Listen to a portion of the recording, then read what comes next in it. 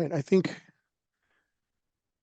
at this point, you all were like in a little break room. So I think as we'll just go ahead and get started, and any individuals who show up, they'll be allowed in. So I think we can just go ahead and get started in respect of everyone's time. I know that we're starting a little bit late, just a few minutes. So thank you for bearing with us. So good morning once again, welcome. So we're gonna have a training on the procurement of hazardous materials. Really do appreciate you joining us. This is a really important meeting that's gonna impact, individuals all across campus who have purchased and continue purchasing chemicals for your various areas that you work in. So we're gonna go ahead and do just introductions. I'm the Director of Environmental Health and Safety. My name is Leo Lopez. And I'm gonna hand it off to my Associate Director in EHS, Justine. Good morning, everybody. My name is Justine Baldacci. I'm the Associate Director of Environmental Health and Safety, and I'll pass it over to Nikki. Good morning. I'm Nikki Algarin Chavarria. I'm the e-business manager. Alex? Hi, good morning, team. Alex Rosales. Oh, sorry, there's another Alex in here. Sorry, Alex Arias. Alex Rosales, Director of Contracts and Procurement. And I'll pass it to Alex Arias. Hey everyone, Buyer 3 over in Contracts and Procurement. Thanks. All right, and I'm also going to introduce our Occupational Health and Safety Officer, which is Adaí Flores. She's here as well. Good morning, everybody. I'm here to help, and that's all I have to say. All right, well, thank you. Like I said, lots of familiar faces. Marie, good morning. All right, so we're going to go ahead and get started. Just next slide here is going to be, this is just a simple agenda. We're going to discuss some background responsibilities. Obviously, that's just a combination of why we're doing what we're doing. Why are we meeting here today? Why are we doing all this regarding hazardous materials? Hazardous materials purchased for routine cleaning and maintenance. Also hazardous materials that require EHS approval. Hazardous materials, the actual process, how it's going to work with the flow chart, so you all can see procurement methods. And in the appendices, I know it says appendices B through M demonstration. Obviously, I'm not going to go through every single one of those appendices. I'm going to see if we can demonstrate about 3 or 4 of them. It's all the same idea. Once you see one, you basically have seen all of them. So that's going to be a little piece that we're going to do a little later. And let's get to it. So the background and responsibilities. So why we're doing what we're doing, why are we doing this? And so when it comes to the purchasing of chemicals, so back in 2019, we received an audit from the Chancellor's Office, and one of the findings, as you can see here in the background, is an audit by the Chancellor's Office revealed that the campus policies and procedures did not provide adequate guidance to be effective for the procurement of hazardous materials. To break that down, really what was happening is that chemicals were being purchased via P-card, via PO, in every possible way, and no one was reviewing, no one meaning no one in our office from Environmental Health and Safety was reviewing what was coming in. It was that's the way, that was the finding that they observed when they were here during their audit. And so that was a finding that they pointed out, and they made a recommendation, and it was, yes, you have to develop and implement a campus-wide procurement policy addressing the purchase of hazardous materials. So with that said, the Environmental Health and Safety Office joined forces with our team members at the Contracts and Procurement to pretty much put something together that's going to hopefully work for everyone, not only here that's here meeting with us today, but even those that aren't here today and maybe don't realize that they're going to be impacted as well. But again, it's going to be, we put a lot of thought into this to try to, make it in a way that's going to be useful for everyone and not so burdensome. And one of the things that I want to talk about here is what's EHS's role in this? Environmental health and safety, we obviously serve an integral function in the university to protect property, human health, and the environment. And with that, we're driven by the compliance of laws and regulations, right? You've heard OSHA, Cal-OSHA, you've heard there's many others, CUPA, Water Board. There's so many different agencies that we have to be in compliance with, AQMD, EPA. So with that, we developed guidelines and processes. That's what we're doing here with this presentation. So guidelines and material to help you navigate and go through this as we move forward with this new chemical purchasing of hazardous materials process. And with that, I'll turn it over to Alex Rosales.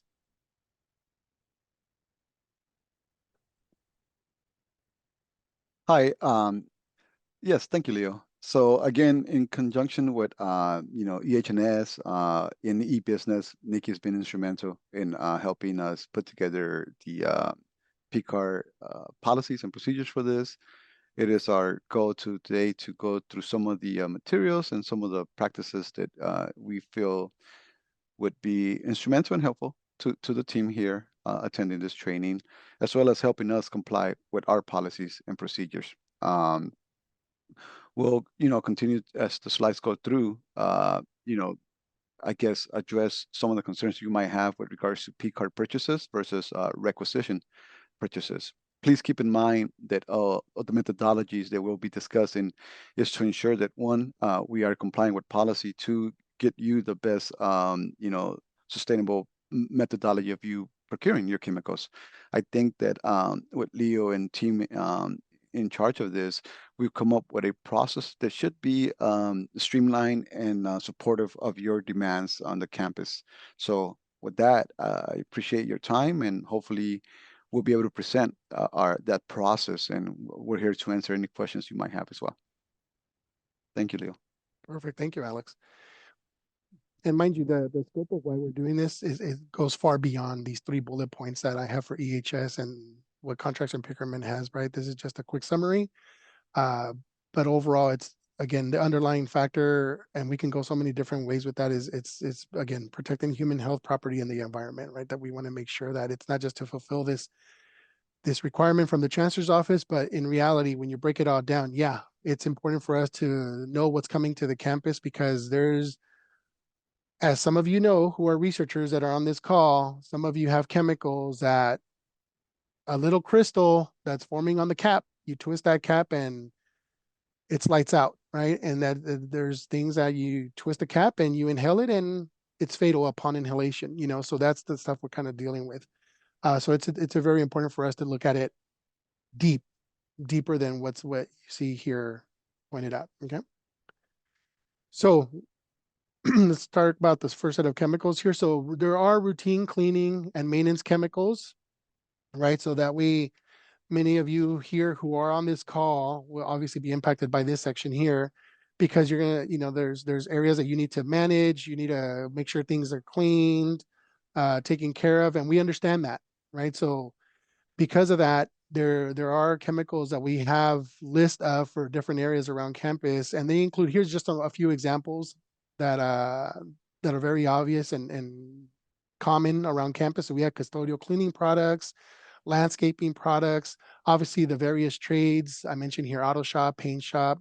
I mentioned paint shop twice, sorry about that. Electric shop, there's all the different shops, lock shop, you have the carpenter shop, HVAC, folks, that's, and then et cetera. So we have KHS, and said we have 2 pools on campus. They also need to deal with chemicals to be able to maintain the pools. There's also emergency response supplies.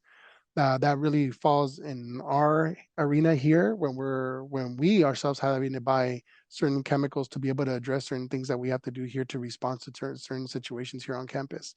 But these are just a few examples. There's many other, but these are what we call our routine cleaning and maintenance chemicals. So with that, we have lists. Again, I've worked with some of your areas to be able to compile a list of chemicals that we've deemed as routine cleaning and maintenance. There's some areas, there's some of you here that are here as well, and you're going to say, maybe you haven't come to my area. Yeah, there's a good chance that I probably haven't. But with that said, it doesn't mean that we're not. This is still a very active process. And so, but that list of those that maybe I haven't covered, it's going to be a very short list compared to what we have covered for the entire campus or for the rest of the campus. So those are the routine cleaning and maintenance chemicals. And again, this is just an example of some of the routine cleaning and maintenance chemicals we're referring to. There's a lot more, but this is just a few examples to help you get an understanding of what we're referring to. Okay, now this is the bulk of it here. So hazardous materials that require EHS approval. And this is a much longer list, a much extensive list. And really, this is the list that really makes up this entire policy, right? So these are your high hazard chemicals. They're not limited to, again, this is just an example of 11 areas that are, I mean, different types of chemicals that we're referring to, but it doesn't encompass everything. So you can see here, chemicals regulated by the Drug Enforcement Administration, the DEA, radioactive materials. You can see here human and primate tissues or culture cell lines, and animal insect tissue or culture cell lines exposed to infectious agents, pyrophoric substances. Pyrophoric, for those that don't know what pyrophoric stands for, these are chemicals that upon exposure to air, meaning the second you open the cap or, you know, open the chemical, it's that it becomes highly reactive, if not explosive.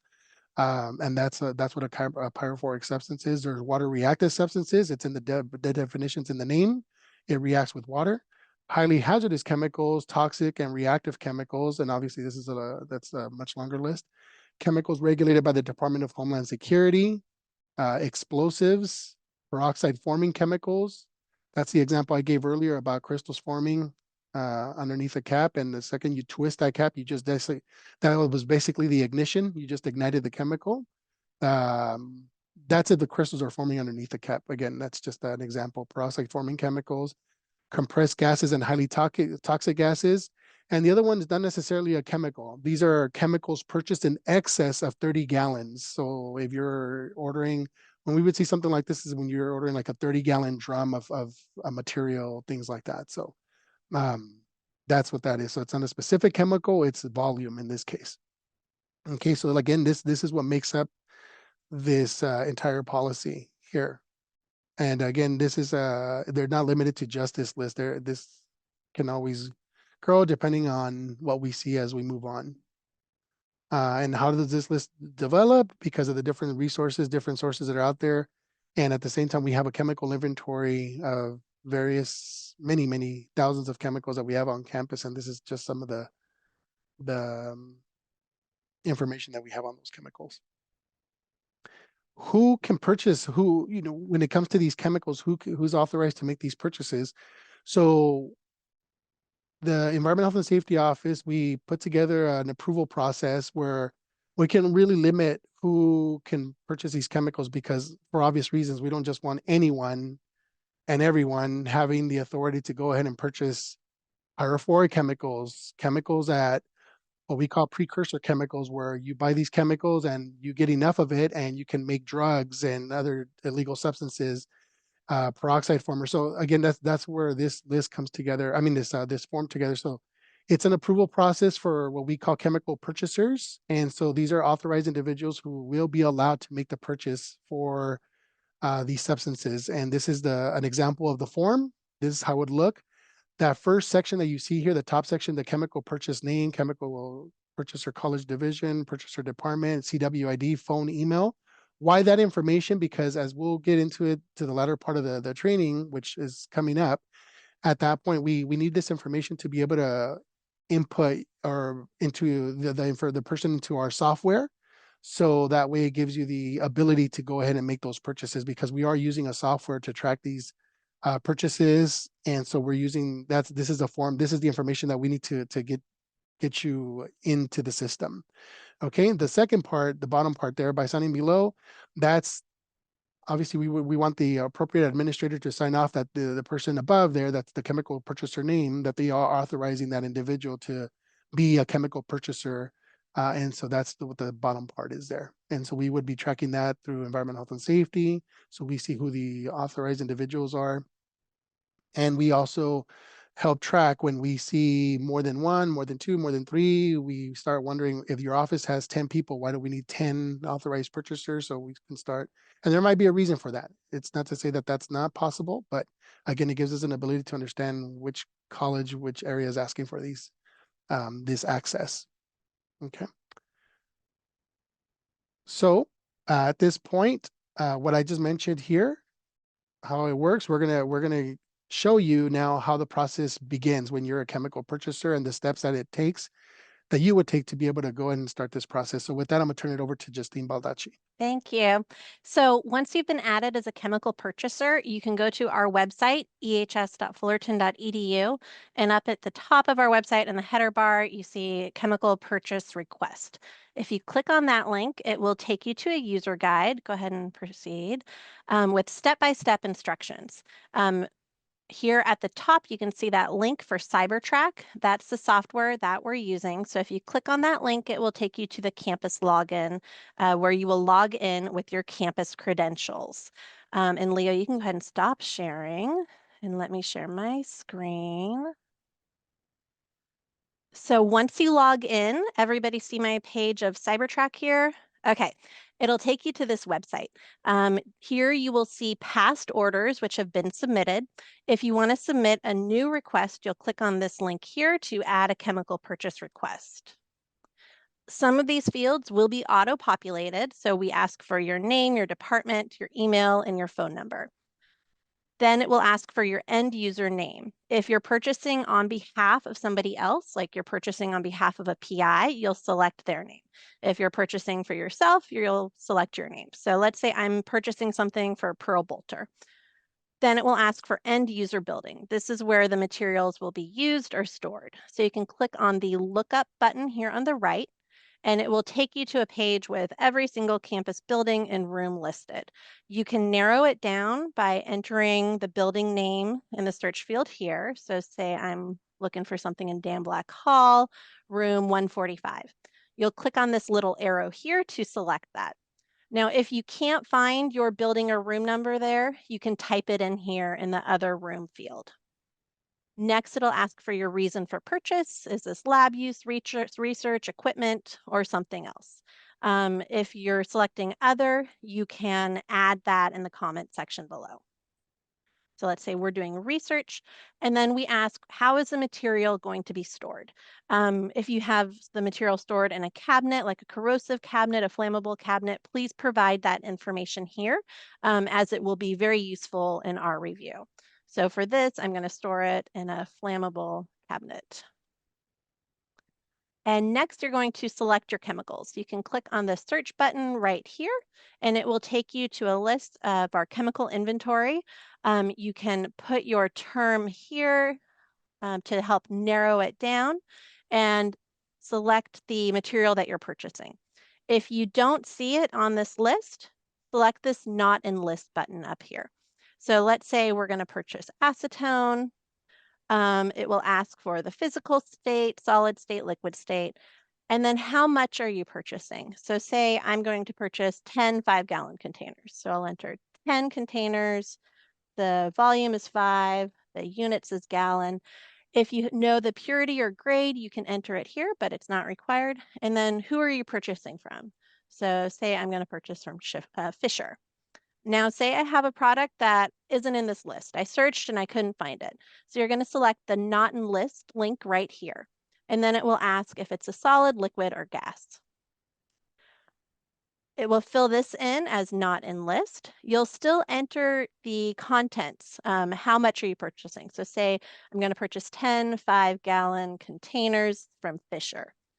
Down here at the bottom in this text field is where you'll enter in what that product name is. If you have an SDS, it's very helpful for us to have that uploaded. So you can find the file on your computer and upload it there. This will help to expedite the review and make the review process easier on our end. If you have any other information that you think would be helpful for us to know, you can add it here in this text box. Once you've filled it all out, you'll click Submit Request.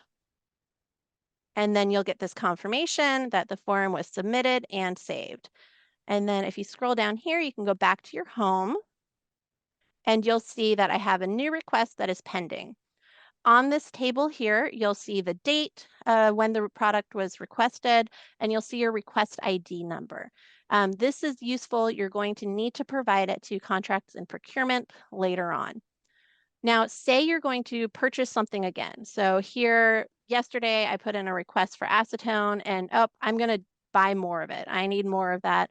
you can click the reorder button right here, and it will generate a new form with all of the fields already filled out. That'll just make things a little bit easier for you.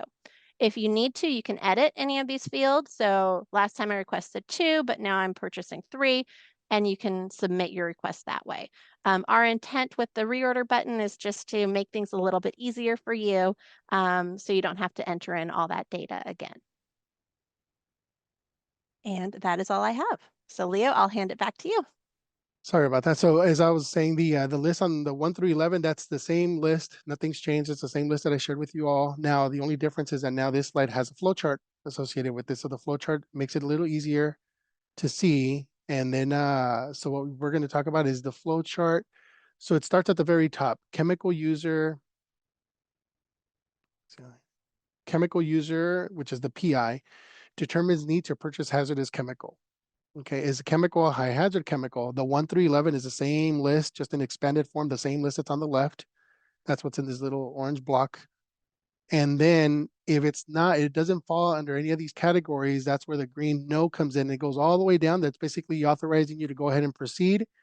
There are certain chemicals, which we'll talk about a little later. There are sections, Appendix B and Appendix C, that the Appendix B are the pre-approved, the routine maintenance chemicals that we talked about, and Appendix C is a list of what we call exempt chemical list, which is composed of currently it's 529 different chemicals that have been authorized for purchase without the need to go through this process. Okay, so the process of review and approval is what we're referring to. So that's going to make it a little easier. So it's almost, yeah, so it's 529 chemicals. And so now let's go to the other part. So let's say it is a chemical that falls under this list. So you go to yes.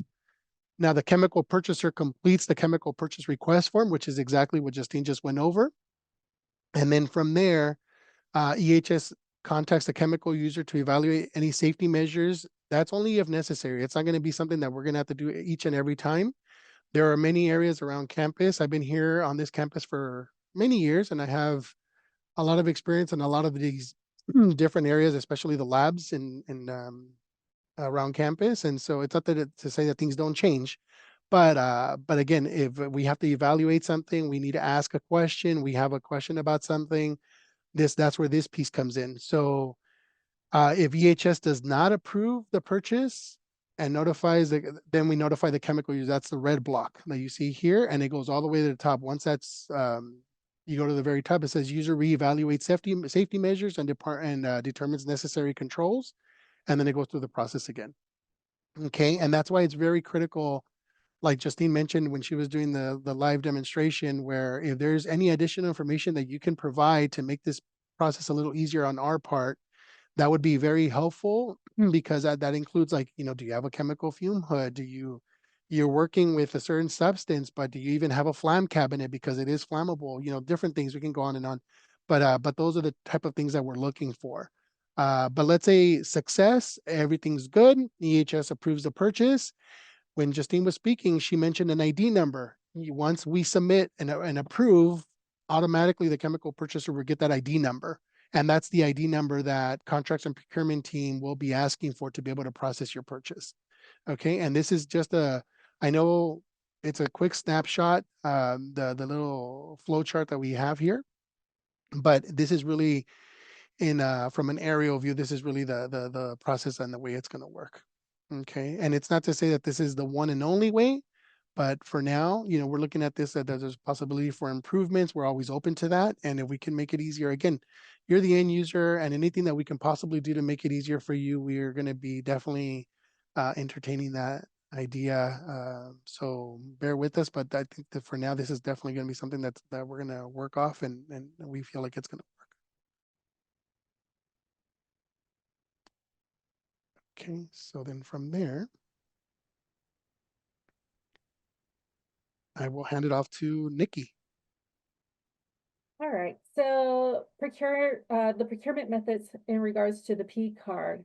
As Leo had mentioned, the P card may be used when you're purchasing hazardous materials from Appendix B, your routine cleaning and maintenance chemicals, or Appendix C, which is your exempt chemical substances.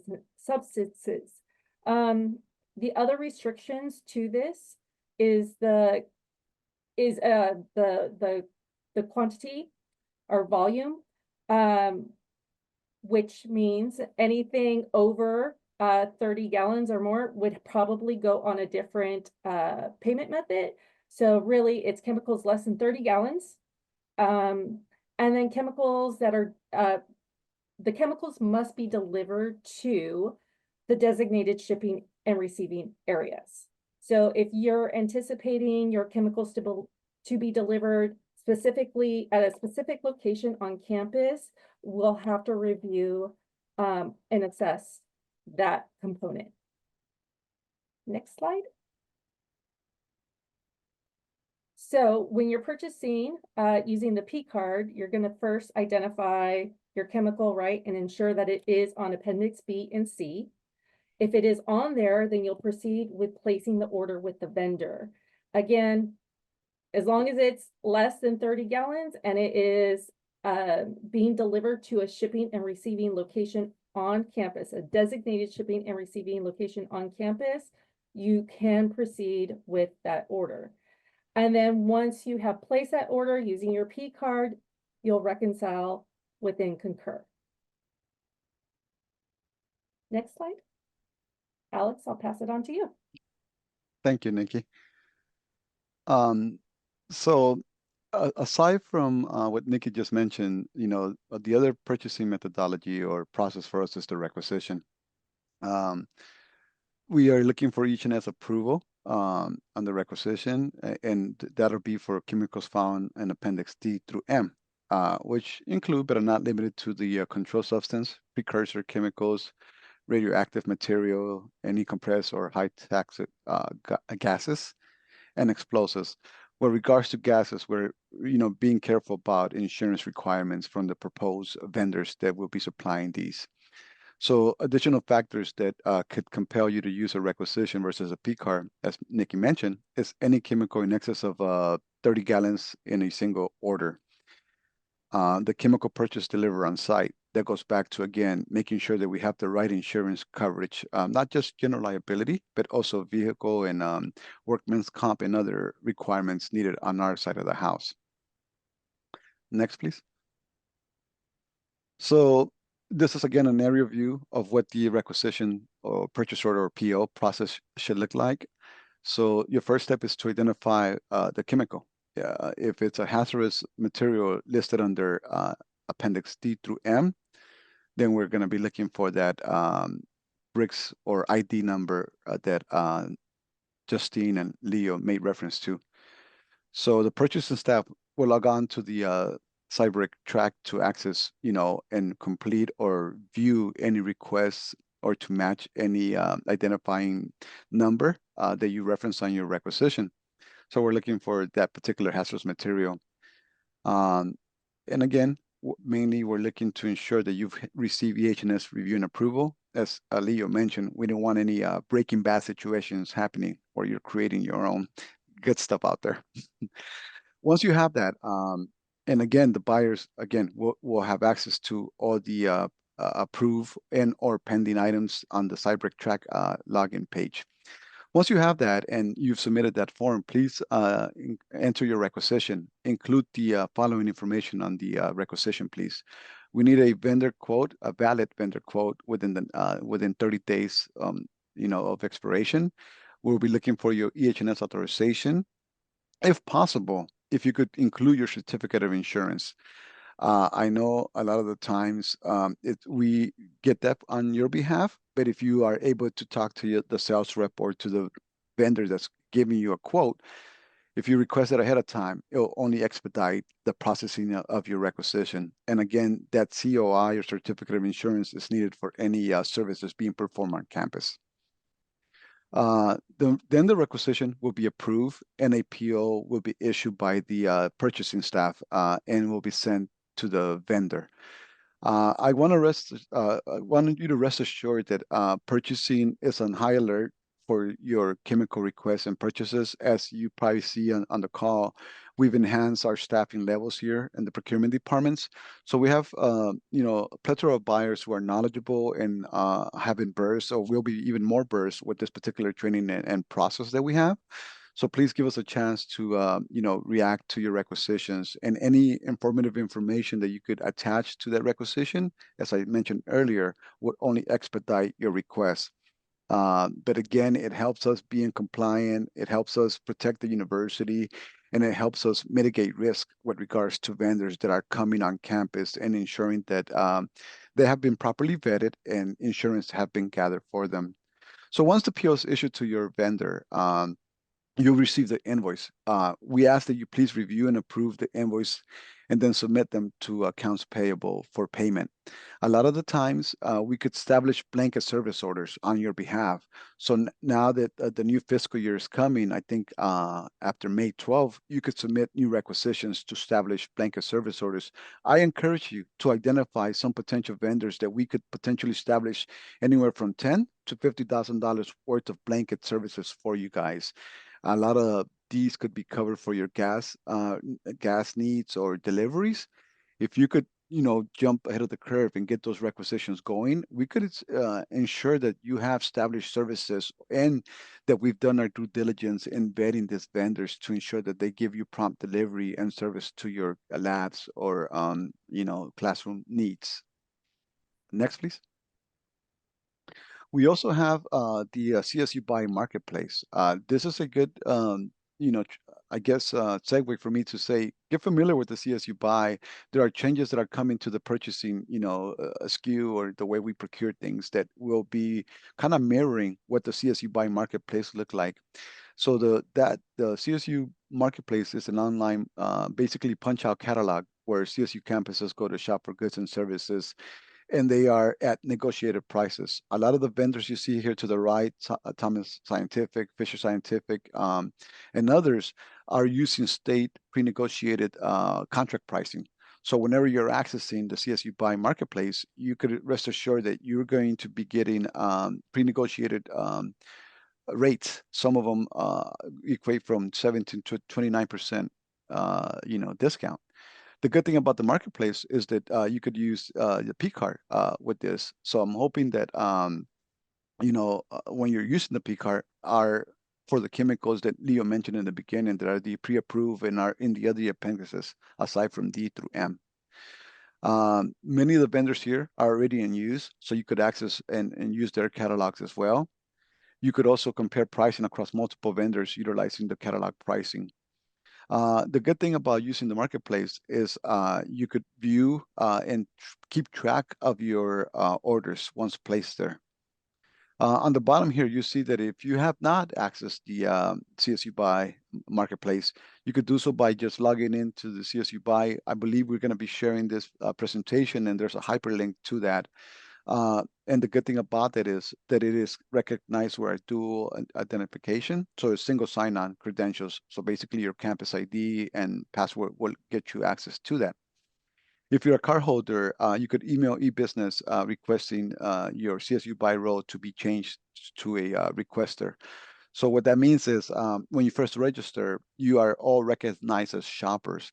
Shoppers could only view and create and request cards, who then get transferred to the requester. The requester is the individual that has a valid P card and is able to check out through the marketplace. If you submit a ticket to eBusiness, please allow 3 to 5 business days for your role to be updated in CSU Buy. So one last caveat to that: just because you're a shopper in CSU Buy doesn't mean that you cannot create a card and select everything you want. The beautiful thing about CSU Buy Marketplace is that you could designate who your approver is. So even if you're a shopper, you create that card and you hit the submit, the workflow will then send that card to your requester, who could then check out using their P card. Next, please. Okay, so that was all we had for the P card and the procurement side of the house. I'm sure we'll have some questions at the end, and we'll be here to answer those for you. Leo, I hand it over to you. Perfect. Thank you, Alex. Okay, so we're getting to this part of the slide where back in the agenda, there's I had mentioned about some examples for appendices. So I want to show you, now let's give this a shot and see if everything works. It looks good. It's working, Leo. Oh, good. Phew. Okay, so this is what you'll see. So chemical purchasers will have access to these, so that way it's easier. It makes it very easy to find chemicals. So you can, the way we're seeing this one, the way we're viewing it, it's everything that's on this list, but you can see at the bottom, there's auto shop, there's custodial, electric, and then this little box that says first letter, if you want to, of course, this is an Excel spreadsheet, so you can always do Control F and find and just type in whatever chemical you're looking for. But this also gives you an opportunity to like narrow it down if you want to just go by alphabetical order. That's what this little box allows you to do. Okay, so that's just an example of that one. And again, this is for the routine type cleaning chemicals. This one here that we're looking at, this is the exempt chemical list. This is a list that has 529 different chemicals that we've identified that are very low, if minimal or no risk at all, that they made it to this list, which again, for 529 chemicals, this covers a lot of different areas. And it's not just, these aren't just like, custodial type chemicals or any of that stuff. This is, a lot of these are items that you find inside the laboratories.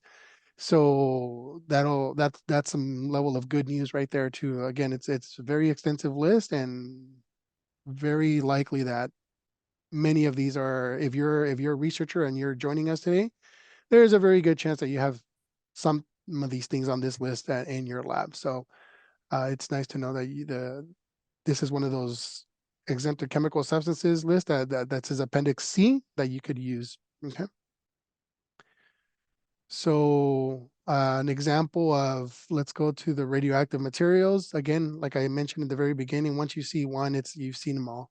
But this is just to show you. So our radioactive materials, this is a list of the radioactive materials. What you're seeing here, this is the extent of the radioactive materials that we have or had on this campus at one point. Some of them we still have. And this just allows you to narrow down your field. And again, you can always, as a reminder, you can always do Control F to go that route as well. If you'd like to go that route, that's also perfectly fine. Now, why radioactive materials? For those that are wondering, radioactive materials, we have a license. The university has a license to be able to have radioactive substances on this campus. If we didn't have that license, any radioactive substances that was on this campus or is on this campus would be considered illegal. And the university could be fined, cited, and really bad things can happen, right? And so that's why. So this is a very important thing that we have this license. If we're, even for the substances that we have, you can't, if I authorize you to use, for example, P32, phosphorus 32, it doesn't mean that you can buy as much P32 as you want. Our license restricts to how much you can order at certain points. And so you can't just say, I want all this volume of P32 because Fisher Scientific has a great deal, and PerkinElmer, they buy 4 get 1 free. No, it doesn't work that way. Okay, so that's the reason why.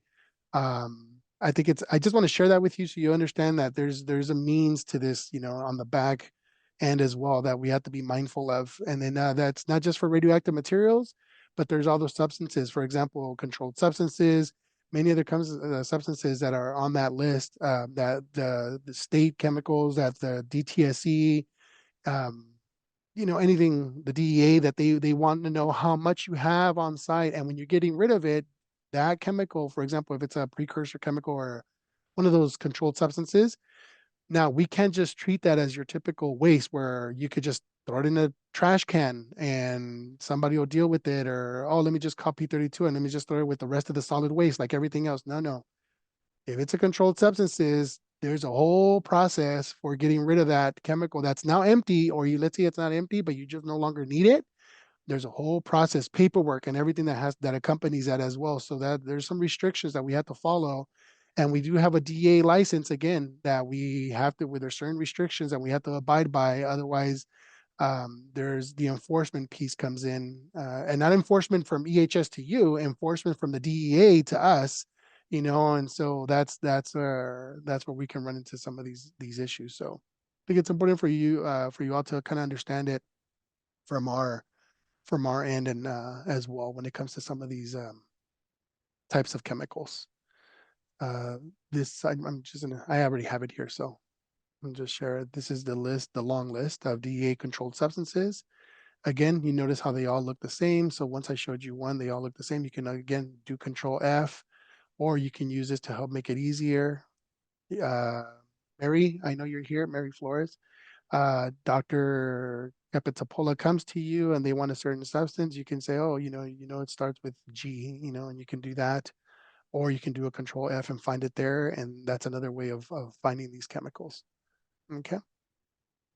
Or this is a long extensive list and you can see that as well. So yeah, and you're not seeing this. It's not a typo, these Greek letters. That is the way some of these substances are written out. And I know for some of you it may be a little different, but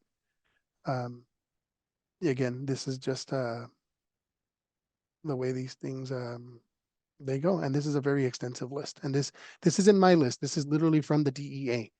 Okay, so this is just, we took that list and we put it in this setup here, but it's not an EHS Cal State Fullerton only list or anything like that. Okay. So let me go ahead and go back to this list. And I think at this point that's the end of our slides. And now probably getting to the point where you all been looking forward to for question and answers. Many of you, I'm pretty sure, may have some questions and answers. I know this was a lot of material to cover, but I really hope that that our getting together and meeting beforehand, this team meeting beforehand really helped to kind of like make this process a little easier and at least able to understand the flow and how it would work and what your part would be in the process for purchasing chemicals. So at this point, I am opening it up to questions and answers, and we will try our best as a team to answer any questions you may have.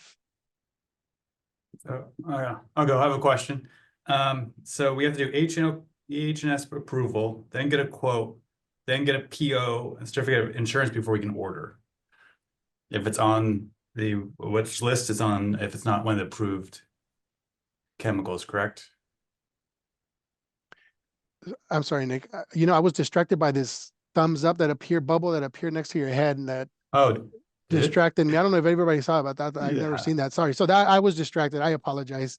I don't know. So I'm just kind of going through the steps in terms of EHS approval. Then they want to, because if it's not on the list of approved things, right? It's not clean. EHS approval, then a quote, then we have to get a PO, and then make sure we have a certificate of insurance before we can then order.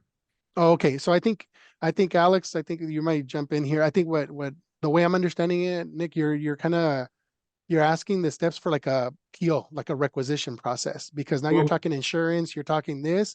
That's a P card doesn't require But yeah, that type of stuff. I think one of the steps was we couldn't order if it wasn't on the approval list, we couldn't do a P card, or we can do a P card for any chemical as long as the EHS No. is approval. Yeah, no. So P card chemicals, if we were to go back to the flow chart, the P card chemicals, it's only substances that are found in B and C exempt list, the appendices B and C. So appendix Leo, B, I think Nick, I think you're asking about items on appendix D through M that would require Oh, which okay, is D most through of the M. things that we work with. Right. To make it easy, the certificate of insurance is a nicety to have in a sense, but you don't have to have that. But we do require your EH&S pre-approval and a quote for you to submit a requisition. I don't understand if it's been approved by EH&S, why can't we use the P card then? Because again, I think what we said with that, some of these are delivered and they need to come through the shipping and receiving departments as well. I think it's one of the main components of that. And yeah, they all a lot do. of them, right. So, and some of them do have service related to them. But if I order a chemical that has to be EHS approval and it's being shipped through FedEx, then why can I just do a P card? Nikki, what can you chime in on that one? If it's not on appendix B or C, then at this time, no. Even if it's shipped through FedEx, no one's coming on campus. The policy, so this is what's been approved by the auditor, appendix B and C. So if it's not on those lists, now that doesn't mean that we can't expand on those lists. Mhm. It's not limited to, so that's a conversation that we may have to have with Leo. If it's a chemical that we could potentially add, then we would look into that. But at this point in time, the auditor has only approved Appendix B and C to be Because- allowed on the P card. For example, like acetone is I don't think is approved. Right, correct, it's not. So we And, have to get approval. yeah, so the thing is, okay, so so once again, acetone, just mind you, it's a good example, and I'm glad we're starting with that example. I just want to make sure everyone's aware that's not an EHS said acetone is not approved. Okay, that list comes from the DEA, which is a drug enforcement agency that put that list together and identified acetone as a precursor chemical. So they want eyes on that, right? So when we go from there, the good thing is, let's say Nick, you're the one that's ordering acetone, right? You have a lab. I know your lab. I have your inventory. If I know that you're submitting, I'm seeing the request for Nick Salzameda in his lab, acetone, which I know you have acetone. We here in EHS, we go ahead and just approve that chemical because it's a substance that, again, we still want eyes on, but that's kind of stuff goes a little faster because we already have your inventory. We know you have acetone. We know prior to this meeting right now you had acetone. You know, we know that you've had acetone for all the years that you've been here. So I'm not worried about Nick Salzameda ordering acetone. I'm worried when acetone is being ordered by an HR representative who has no lab, no fume hood, no flam cabin, no nothing. That's where I'm worried. That's where I'm asking questions. I'm Okay. concerned about how I can't use a P card to order acetone though. So Alex, you may want to chime in on the blanket again and how that works. Right. So, Dr. Salsamira, so if you have certain chemicals that you know have been pre-approved in a sense, right, by EH&S, that's where the blanket commodity POs come into hand or handy for you, so that you could have an established vendor. We have a fiscal year service order or purchase order for you established, and then you just call in the order, and the product will come in through shipping and receiving, satisfy Leo's and the proper storage of them as well. And you don't have to worry about creating a requisition every time you need to order said chemical. And then there's a quick thing I would say too is that when they put in a request, so if Mary orders something for the chemistry department, she's not really going to know where they're going to store it. How important is that when they put in that request that she says where they're going to store it at? That goes back to I guess going through the Cybric request for I guess the authorization ID, because that's where you would have answered those questions, right? Or that's where those components would have been addressed. Yeah, so Mary Flores, for example, she's gonna submit for again, let's just use you again, Nick. She's gonna order for you. She doesn't know where the acetone is. You know, Dr. Salzameda just had me order acetone. Well, that's the additional information that she can provide. Again, if I have any questions, I'm not gonna reach out to Mary. I'm gonna be reaching out to Dr. Salzameda, you know, because you're the one, she's just the middle person that's ordering the substance. And the expectation that we have is that that person's not going to know. It's not to say that they don't know certain chemicals, but I'm sure that their role is really to not know the chemistry behind these things nor the hazards. And so that's where we step in and we work with the PI directly. So that would be another very helpful piece of information if that could be added to CyberTrack, that we would know who is at PI requesting certain items. Because I'm sure that, again, I'm just using Mary Flores as an example where she's going to say, you know, I was just told to buy this. I don't know anything beyond that point. And so that's kind of where we would cover that. Marie has a question. Yeah, I'm sorry. Yeah. No, it's a good discussion. You've worked a lot on this since we last talked, so thank you for your effort. I think what Nick was getting at, and I was worrying, at least the scientists on this call, is the timeline. And so I was wondering if there's any commitment to how long it will take and whether we can go back sometime this fall and actually say X amount of time and we can't function as a department, because this is new. I mean, we'll have to see how it works. Yeah, no, From oh, go ahead. Go ahead, Alex. sorry, Leo. No, From no, a you're good. purchasing this department, Maria, yes, I think you might have experienced some of that, as I mentioned earlier, right? We have augmented our staff, and I think they're being, cautious to your requests. And we could always reevaluate if we're doing a good job enough or fast enough for you. However, I would highly encourage that if you guys could establish those blanket service orders or commodity POs, that curtails the time a lot for you. Alex, if to do that, does that mean we have to encumber our money and have it unavailable for any other need? Because I think that's scary too. Mm. Yeah, that would mean you would have to pre-encumber, like, let's say $10,000. But again, a blanket service order or a commodity PO, you only get invoice, right, for the product you use, because you would be the one authorizing the invoices. I understand. And if we can estimate exactly how much money to encumber, that'll be fine. But if off, True. But you know what? Just if it helps any, maybe starting with a low $5,000 blanket service order or commodity PO to see and assess what you're buying in the fiscal year. And the good thing about those type of blanket orders, let's say you go over your 5K, you could always come back and do a change order request, and we could augment that service commodity PO for you. That would help. Yeah, the change order, and like you said, you've augmented your team, Alex, and I think that would be very helpful for Marie's team, obviously, right? That the change order, we started 5,000. You notice that 5,000 dried up in 3 months, and you just started the fiscal year, and then at that point, right, you just increase that change order with the PO, if it's a PO, and then you just increase it that way, right, Alex? And then your team just jumps on it, and Marie says, I wanted an additional $2,000. Because this is the trend I'm seeing, and we're going to add another 2,000, and then you guys can make it happen.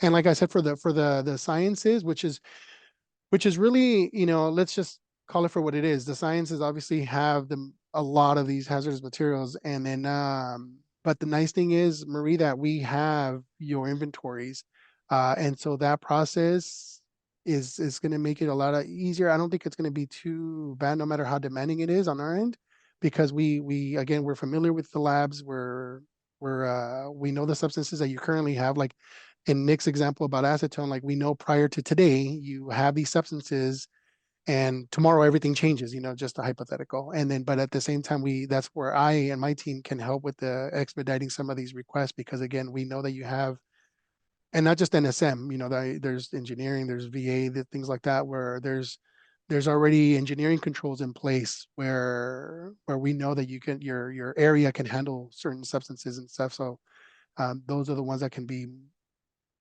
processed a lot faster.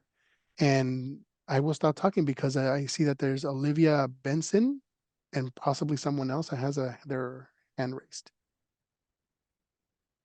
Hi. Yes, thank you, everybody. I had two questions. So I'm at the health center, and we only work with one vendor for our liquid nitrogen and our oxygen. It's Airgas, and we've been working with them for a while, and we've been paying on P card with after getting EH&S's approval. And we just use that one I guess, request at the beginning of every year, because Airgas comes bi-weekly, and we just attach it to every P card report. Is that still going to be fine, or are you guys going to expect a new EH&S approval every time we have to pay an invoice? Nikki, you want to answer that, and then I'll go from a procurement point of view on that question. So again, if it's not found on Appendix B or C, then the P card is no longer an option. So if you are establishing a blanket PO for the entire year, essentially, and again, Alex, you can cover a little bit more of this, you would establish that requisition right now for the new fiscal year. And every time your orders come in on a monthly basis, they will be providing an invoice. That invoice would be approved and then sent to AP for payment. So if, again, that chemical is not found on Appendix B or C, then the P card is not an option at this point in time. And Olivia, to that point, technically, you know, the P card should not be used for these type of services, right? Because I think Airgas delivers. They drive their truck to the back of whether it be your facilities and whatnot, and technically that should be on a service order so that we could have the proper insurance in place. And that's even before this meeting, Olivia. It should have never been done that way. So anyways. we've been doing that for, I don't know how long, many Yeah, years. there's a lot of things that have been So- done for a So, long okay, time. I didn't know that. So, yeah, that has been getting paid on a P card since I don't know, 2017, I think, or before that. And Olivia, just so you know, the CEO does run metrics on us quarterly, and these type of transactions have been caught They're by them flagged. to their Mhm. flag.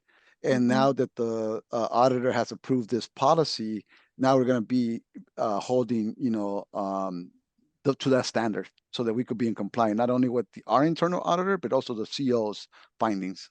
Okay, so this needs to be transitioned to a requisition, aka a purchase order. Correct. And And sorry, Olivia, and starting May 12th, right? You could start submitting your fiscal I 25, always, 26. yeah, I submit everything. We have several blanket POs with you guys. So, so I'll do that. And then Okay. that will mean though, that we can still continue with Airgas, as a vendor, right? Mhm. And they won't be delivering to shipping and receiving. They still come to our dock. And that is not an issue, right? That is not an issue because we'll stipulate all that in the you know, purchase order or service order we issue to Airgas on your behalf.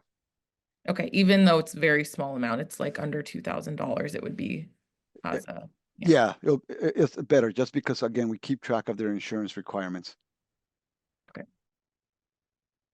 Yeah, and- Adam Woods, I think, has a Oh, yeah. question. Mhm. Hi, yeah. So my question is about the chemical purchasers. Is that just our department tech that can serve as a chemical purchaser, or can faculty serve as a chemical purchaser for themselves? No, so at that point, it's the authorizing person who makes that decision. So it could be, yeah, it could definitely be faculty. I was speaking of chemistry or Mary Flores, but let's say in your area, let's say Brian, for example, he's already in the system as a purchaser, Brian is, but a faculty member could also be a purchaser because at the end of the day, if it's let's just say Nicole Benuso, she submits something, and if I have any questions, I'm going to Nicole. I mean, to me, it doesn't really matter whether it's Brian submitting it or it's whoever that PI is that's ordering that's going to live with that chemical and use it. That's who, if we have any questions, that's who we're going to be asking. So I hope that helps, Adam. Yeah, it does. Thanks. Yeah. What some departments like is that they have one, again, not everyone has to do it the same way, but some departments like having just like one purchaser because it just makes things easier on them. And just really quick, I know we've gone past 11 o'clock, but if you don't mind, Alex Arias, do you mind I know there's individuals here who have compressed gases. Can you give a quick little spiel on air gas and maybe why that's the way to go? Yeah, so Airgas recently executed a system-wide master enabling agreement with the Chancellor's Office. So basically what that allows us to do is to go beyond our bid threshold of $50,000. So speaking about, you know, the blanket purchase orders, if that is required, that, you know, you look at your previous purchases and you've noticed that they are going beyond the $50,000 threshold, we can use that MEA to basically circumnavigate the bid requirements or solicitation requirements. And that MEA has, you know, a large amount of chemicals that can be purchased through that contract. So working with Airgas, you know, we don't have to negotiate any terms and conditions. Those are all pre-negotiated. We're also getting better pricing for all of the chemicals. So they're at a discounted rate, similar to the punch cards that Alex was talking about in the beginning. And Airgas's insurance is also up to date. So we don't have to spend time requesting for their certificates of insurance and any other requirements we have for that. So yeah, we do encourage the campus to look at air gas first, see if they have the chemicals that you need for your labs, and we can utilize that master enabling agreement. So yeah.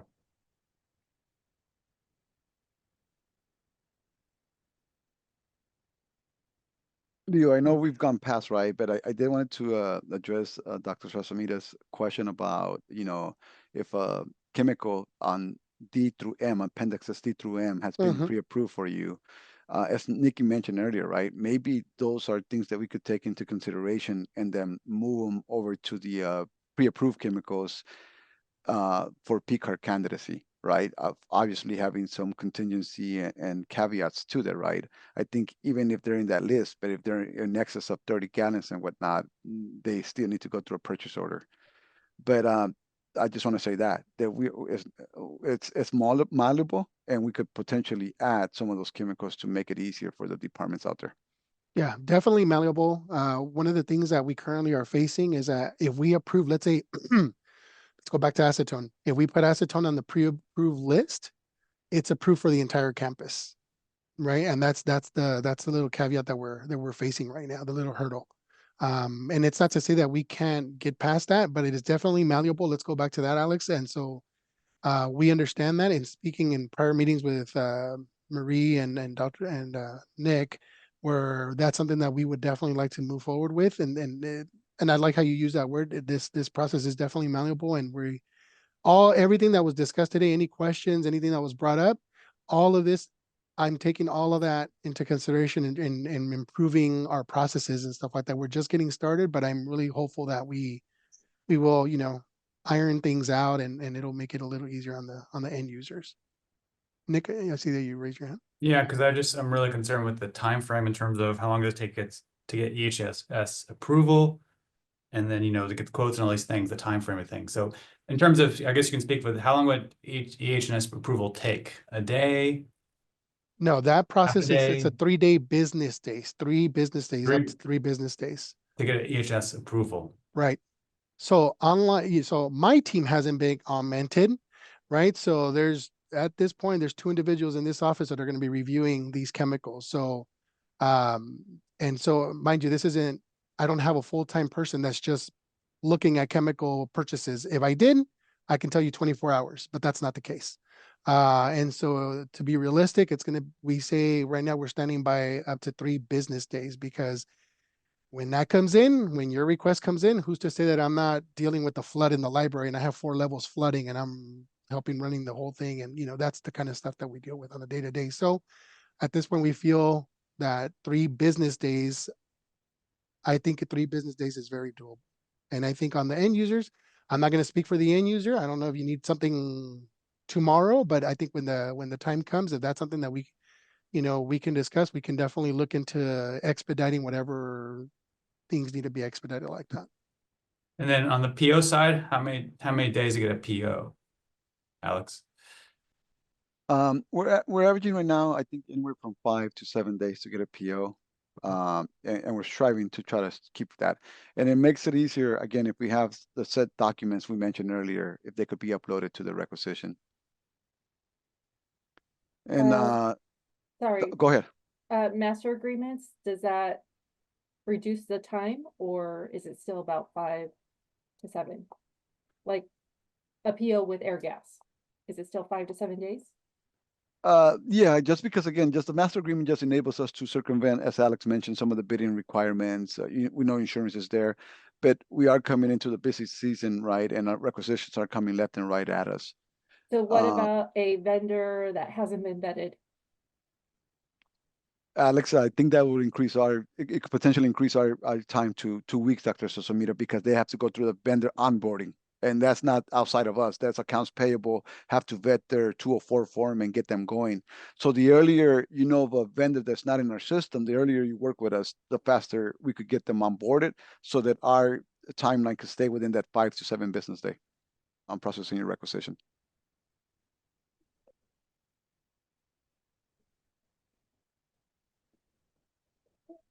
There was one question in the chat.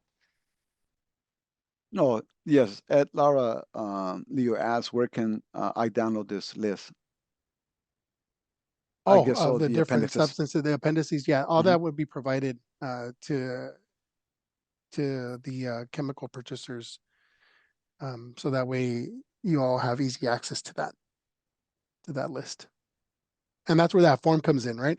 Oh, and speaking of Edgar, Edgar's already a current purchaser. He's already in the system. He's already submitted requests. I was thinking Elaine Mina, I saw that she was gonna add, but she didn't join us today. But she's also a purchaser. She's currently doing it. But for Edgar, it's yeah, you'll have that list. And I think for those that are already currently a purchaser, because we didn't have that chemical purchaser approval form, we're gonna have you fill it out anyways, just so that way we're gonna not just do everyone who's brand new, but no, we're also gonna go backwards and get everyone so everyone's on board and we have that authorization form filed away. Someone, oh, Olivia Benson. I'm just gonna shoot my shot with this question. Getting a queue number for air gas? No. If they're like, we have a master agreement with them, their insurance is good. It sounds like they're a great vendor across all the CSUs. So, and Alex Arias, you can jump in on this. For something like that, we would ask for the requisition, but then the buyer can determine whether or not the P card can be used. It may not be your P card, Olivia. It may be the buyer's P card. It just all depends. It's still at their discretion, At the buyer's discretion? at the buyer's discretion. Yeah, I would agree with that. So still just submit a requisition is what you're telling me. Don't continue to pay on Regardless. P card. I mean, I don't have a purchase order right now for our deliveries that are coming in weekly though. Yeah, so we would want to transition that as soon as Yeah. possible because Is that for your air It's gas order? Air gas is coming in bi-weekly. Yeah, so Air Gas is a current vendor in the system. Their insurance is up to date. We have the MEA. We can get an Air Gas purchase order done as soon as you get a requisition approved. That would not take very long. right.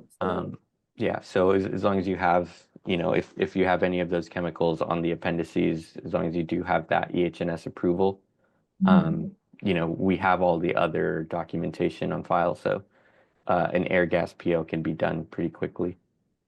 And just to remind folks, so again, the CEO does flag all chemical purchases, and the auditor has been very generous in letting some of these purchases go for the time being, with the caveat that we were going to do this training. Now that this training has been done, she will be holding e-business accountable for reviewing and providing the necessary documentation per policy. So if we're saying Appendix B and C, then it has to follow policy. Otherwise, we go through a deeper auditing process. And I would prefer to prevent that at all possible. Because then that just drags you guys into it as well. So, Appendix B and C, if we are currently receiving services on a regular basis, I would say this is the time to start transitioning. For fiscal year 25-26, we are accepting requisitions now, or well, not quite now, May 12th. So, it gives you some time to start pulling those blankets together if necessary. And Dana Melton from biology has a question. What is the procedure for an ASC chemical purchase? Well, according to the auditor, it should be the same procedure. It should be no different. They were invited to this training today. But obviously they run their own ships. So we would have to follow up with them. Leo, I don't know if you have anything else to. No, for the chemical purchase, I review chemicals, how that's for me, it's simple. Yeah, and then Edgar wanted to download the lists. It would be nice to see the lists. How can we get access to lists? Yeah, that's going to be shared with chemical purchasers. It'll be shared with yourself as well, Nick. So chemical purchasers will have access to the full list of what they have access to.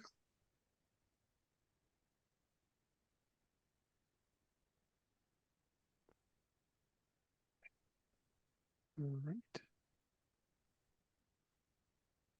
And like I mentioned earlier, there's some areas, David, for example, I'm gonna be working with your area, probably gonna be working with Ryan Doughton on getting your your routine maintenance chemicals on our list as well. So that way they fall on that list. We had one once upon a time when we were first driving this out back in 2019, and then COVID hit.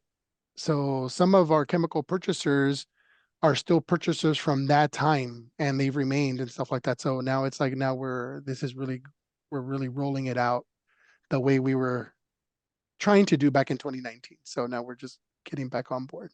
Leo, real quick on so as far as the ASC ASI purchasing, I know we would follow the same protocols as far as the forms are concerned.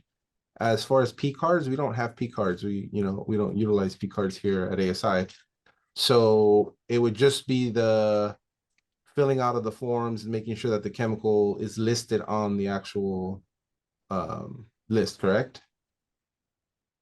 Yeah, it would be, so you're gonna only, yeah, it would be, yeah, we would just take your inventory. It's really just the inventory. For our piece, it's the inventory. Got it. Thank you. Yep.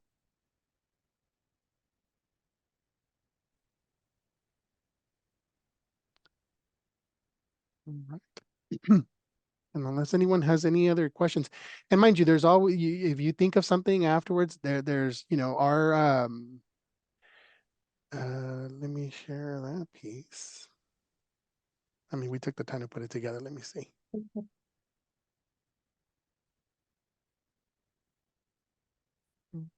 on. So obviously I'm not the greatest at tech, but regardless, if you have any questions, contracts and procurement, you can reach out to them. I don't know if you can help me, Nikki, and just put your contact information down on the In in the chat. Mhm. And then that way everyone can see the information, and then when it comes to environmental health and safety, it's as simple as our extension 7233, which spells out safe, and then SAFE is 7233, or safety@fullerton.edu.